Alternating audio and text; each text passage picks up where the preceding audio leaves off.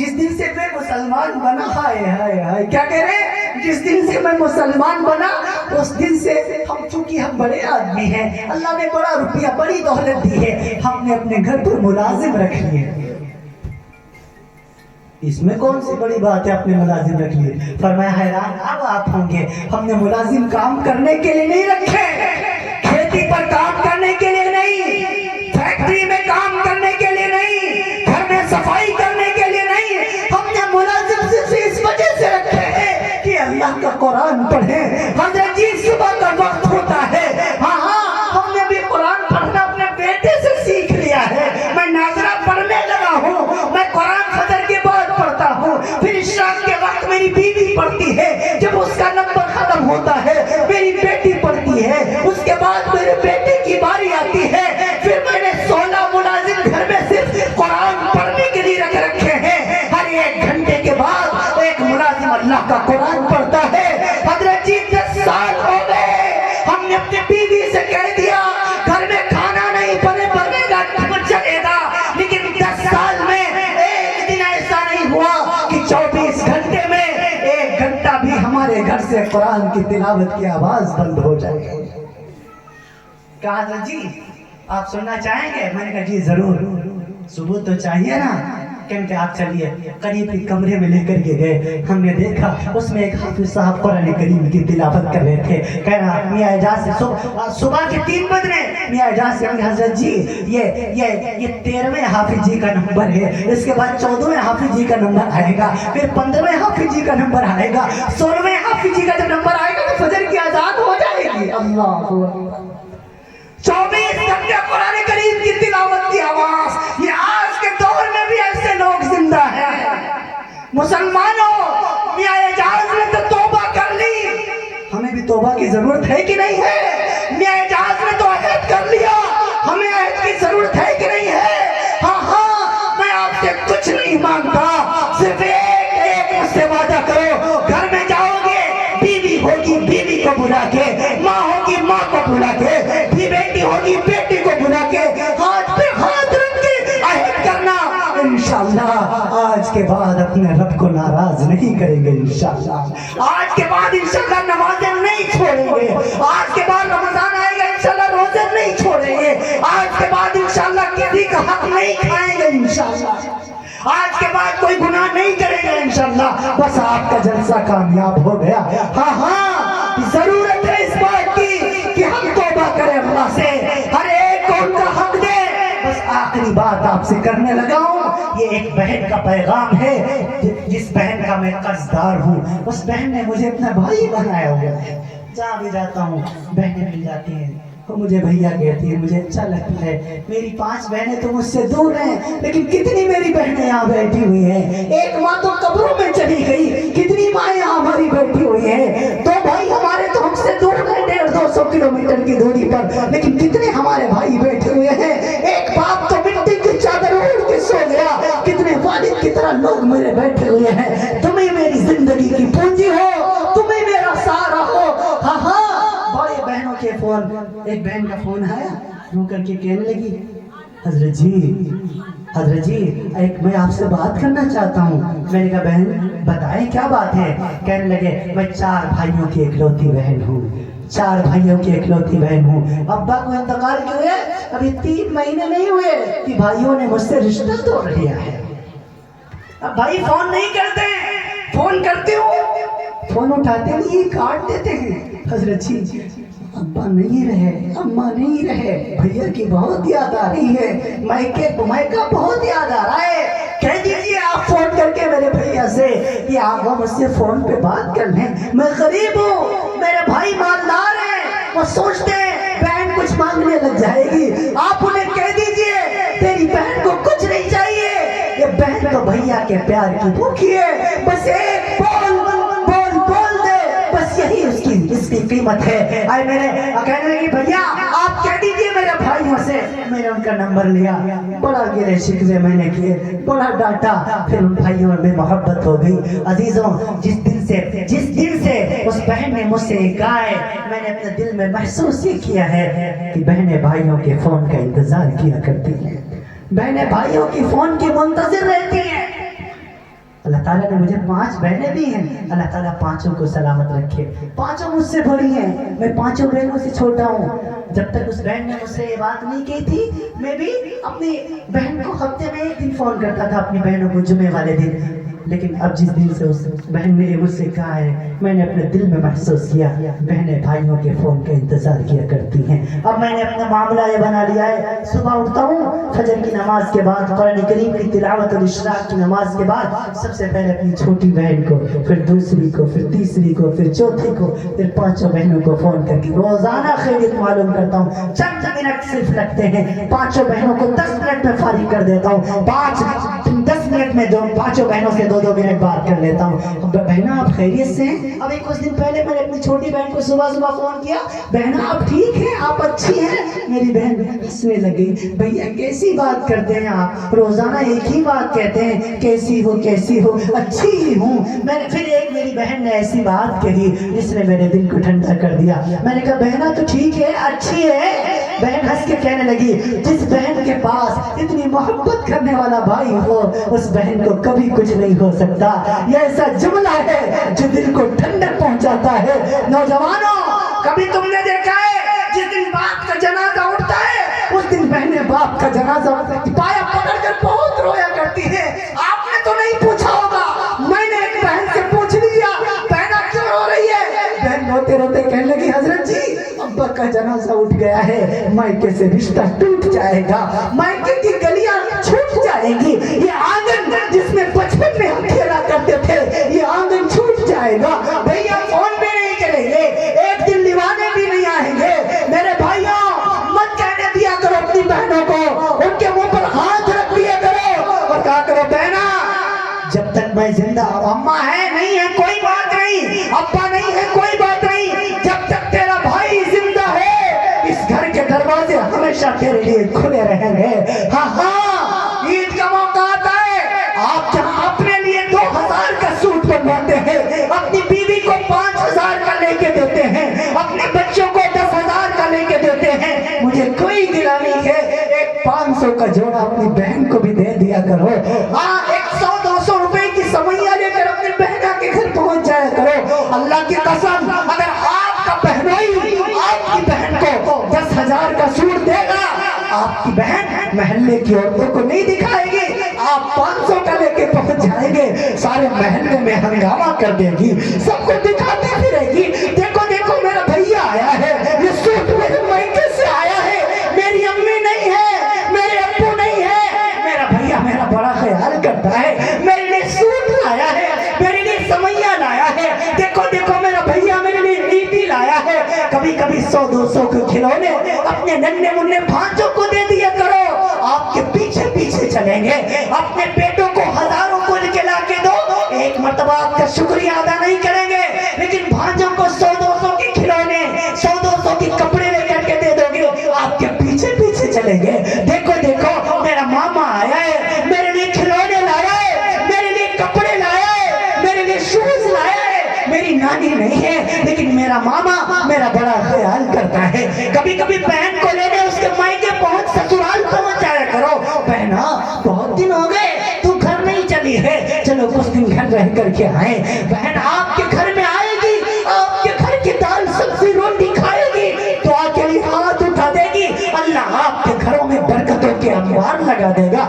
کبھی کبھی تھوڑا سا وقت نکال کر بہن کے قریب دسترخوان پر بیٹھ جایا کرو، کبھی کبھی تھوڑا وقت نکال کر بہن کے ساتھ مل کر بیٹھ کر باتیں کر لیا کرو، کبھی کبھی دسترخوان پر بیٹھ کر ساتھ میں کھانا کھا لیا کرو، کبھی کبھی لقمہ بنا کر بہن کے منہ میں رکھ دیا کرو، کبھی کبھی فرد محبت سے اس کے ہاتھ کا لقمہ اپنے منہ میں رکھ دیا کرو، کہا کرو بہنا مجھے یاد ہے جب میں چھوٹا سا تھا تو یوں ہی لقمے بنا بنا کر تو کھلایا کرتی تھی، بہنا اپنی گود میں بٹھاتی تھی، مجھے منا کہتی تھی، مجھے چاند کہتی تھی، مجھے لال کہتی تھی، مجھے تارے کہتی تھی، مجھے اپنی گودی میں بٹھا کر کھلایا کرتی تھی۔ ہاں ہاں، کبھی کبھی اپنی بہنوں کی گودی میں سر رکھ دیا کرو، کہا کرو بہنا مجھے یاد ہے جب بچپن میں چھوٹا تھا کسی گودی میں بٹھا کر کے لونیاں دے کر مجھے تو سلایا کرتی تھی، جب مجھے بچپن میں سر میں درد ہوتا تھا نا تو اپنی گودی میں سر رکھ کر تیل کی مالش کیا کرتی تھی۔ ہاں ہاں،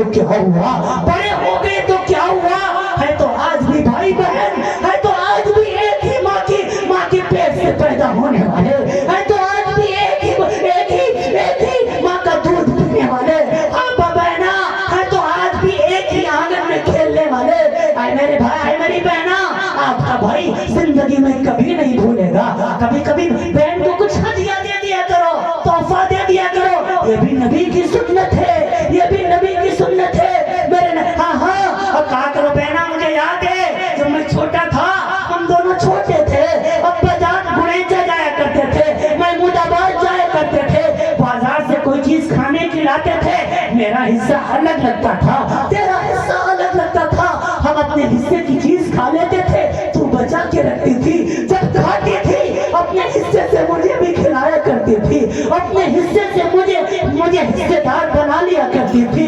بہنا, تیرا بھائی تجھے کبھی نہیں بھولے گا. میرے نبی نے فرمایا, اپنے اگر کسی کو 3 بہنیں دی ہو, اس کی خبر گیری کرے, پڑھائے لکھائے, جب وہ بڑی ہو جائیں دیندار گھرانے میں ان کی شادی کر دے, اللہ اس بھائی سے اتنا خوش ہو جاتا ہے, بغیر حساب کے اس کو جنت عطا فرما دیتا ہے. فرمایا 2 بہنوں کی خدمت کرنے والا بھی جنتی ہے, 1 بہن کی خدمت کرنے والا بھی جنتی ہے, 3 بیٹیوں کی پرورش کرنے والا بھی جنتی ہے, 2 بیٹیوں کی پرورش کرنے والا بھی جنتی ہے, 1 بیٹی کی پرورش کرنے والا بھی جنتی ہے. ماں کی خدمت کرو, ماں کی عظمت پر پچھلے بیان میں پورے طور پر عرض کر چکا ہوں. ہاں, اپنے بھائیوں کے حقوق کو پہچانو, بہنوں کے حقوق کو پہچانو. جتنی زندگی گزری سو گزری, آج کے بعد یا ارادہ کرو, وعدہ کرو, انشاءاللہ آج کے بعد کی زندگی انشاءاللہ محبتوں والی زندگی ہوگی. انشاءاللہ ہم شکلوں سے بھی مسلمان نظر آئیں گے, ہر ایک کو محبت کی نگاہ سے دیکھیں گے, بہنوں کے حقوق ادا کریں گے, بہنوں کی خبرگیری کریں گے, بہنوں کی طرفداری کریں گے, بہنوں کو بے سہارا نہیں چھوڑیں گے, بیٹیوں کی اچھے سے پرورش کریں گے, خود بھی دین پڑھیں گے اور دین دوسروں کو سکھائیں گے, علماء کی عزت کریں گے, خطبہ کی عزت کریں گے, قاری اور مفتیوں کی عزت کریں گے. انشاءاللہ العزیز اپنے معاشرے کی اصلاح کی کوشش کریں گے. اللہ آپ کو بھی اور آپ کی برکتوں سے مجھ حقیر و فقیر کو بھی عمل کی توفیق نصیب فرمائے. وقت بھی کافی ہو چکا, طبیعت میں بھی بشاشت نہیں, انشاءاللہ پھر کبھی اگر اللہ تعالیٰ نے موقع عطا فرمائے انشاءاللہ مزید باتیں پھر عرض کی جائیں گی. اللہ تعالیٰ ہم سب کو کہنے سننے سے زیادہ عمل کی توفیق نصیب فرمائے. کہنے والا بھی ہدایت کا محتاج, سننے والا بھی ہدایت کا محتاج. یہاں عمل کی نیت سے یہاں سے اٹھ کے جانا, اللہ تعالیٰ آپ سب کی زندگی خوشیاں بھری کر دے. اللہ تعالیٰ آپ کی تمام جائز حاجتوں کو پورا فرمائے. اللہ تعالیٰ ہمارے پردھان جی اور جتنے ان کے یہاں ساتھی آئے ہوئے ہیں, جتنے ہمارے بھائی بیٹھے ہیں, جتنی ہماری بہنیں, مائیں, بیٹیاں, بچیاں بیٹھی ہیں, اللہ سب کے بیٹھنا قبول فرمائے. اللہ سب کو پورے طور پر سب کو آخرت میں اس کا بہترین بدلہ نصیب فرمائے. جیسے مل کر یہاں بیٹھے ہوئے ہیں, اللہ تعالیٰ ہم سب کو جنت میں بھی ایک دوسرے کا ساتھ نصیب فرما دے. اللہ والدین کے عمر میں برکت عطا فرمائے, جن کے دنیا سے جا چکے ہیں وہ جب آگے کی طرح اللہ رب العالمین ان کو قبر میں کروٹ کر بچے میں سکون نصیب فرمائے. ہمارے پردھان جی جتنے گاؤں کے لوگ ہیں, جتنے گرام سبھا کے لوگ ہیں, یہ جتنے اطراف کے لوگ ہیں, جتنے علاقے کے لوگ ہیں, اللہ رب العالمین سب کے روزی رزق میں خوب خوب برکت نصیب فرمائے. اللہ ہم سب کو بھی نیک بنائے, ہم سب کی اولادوں کو بھی نیک بنائے, ہم سب کے گھر والوں کو بھی نیک بنائے.